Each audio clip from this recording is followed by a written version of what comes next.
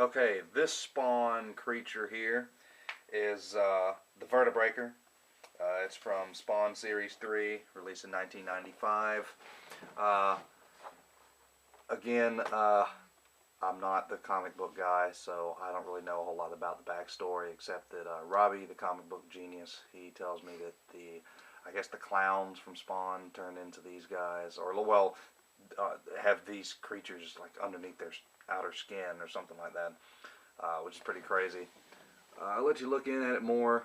It's covered in arms. It's got like 1, 2, 3, 4, 5, at least 6 arms, I believe. 16 points of articulated evil is yeah, what it says on the box. Yeah, 16 points of articulated evil. Yeah, each one of those arms moves around.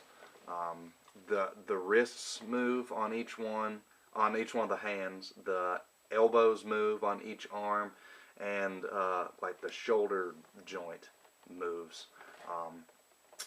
It's not a it's a ball and socket joint where I guess the shoulder of each arm would be.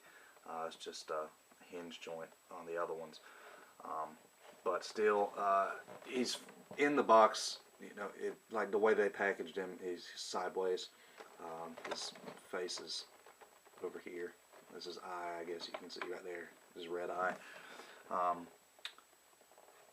It's kind of similar packaging to in the previous video we went over Sandsker. He's from Series 4, I believe.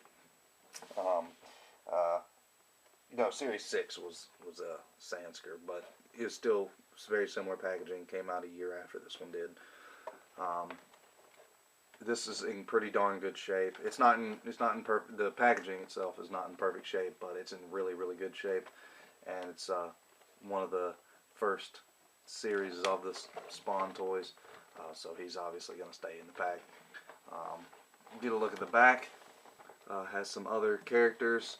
It shows him right there, or well, it right there, right here. Kind of see how he can stand. He's got like 4 weird legs. 2 of his legs kind of look like arms almost, and I guess that's how it's supposed to stand. And his tongue is one of the points of articulation, which is kind of odd. His tongue moves around. There's some of the other characters from that series, and there's just some of the other series right there. And it's got its own card. You can see how it's standing there. Picked this up off of eBay. All the Spawn and all the Todd McFarlane characters came off of eBay. I collect them because I like the fact that they're monsters, and they're, I mean, obviously bigger than the Star Wars ones. I like the Star Wars characters and I like the Spawn character, well, all of Todd McFarlane characters. I won't just limit it to Spawn. Primarily Spawn, but not just Spawn. But anyway, he's gonna stay in the pack. It's really cool. These aren't really that expensive. I don't remember how much, but they're out there. They're not hard to find, loose or in the pack. They're not too expensive. You can pick them out on eBay, even like stores that have the classic action figures. You can find them there too. So, because I know that's where I've seen a good bit of. That's the only other place I've seen Todd McFarlane characters since they were in stores originally. Because I remember seeing them when I was pretty young. You can, like KB toys and stuff like that, but now you can find them in specialty shops. Like they have old school toys.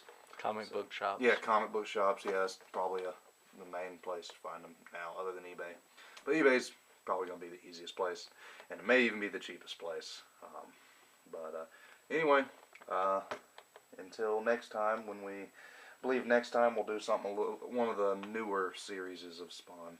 So, peace. Peace.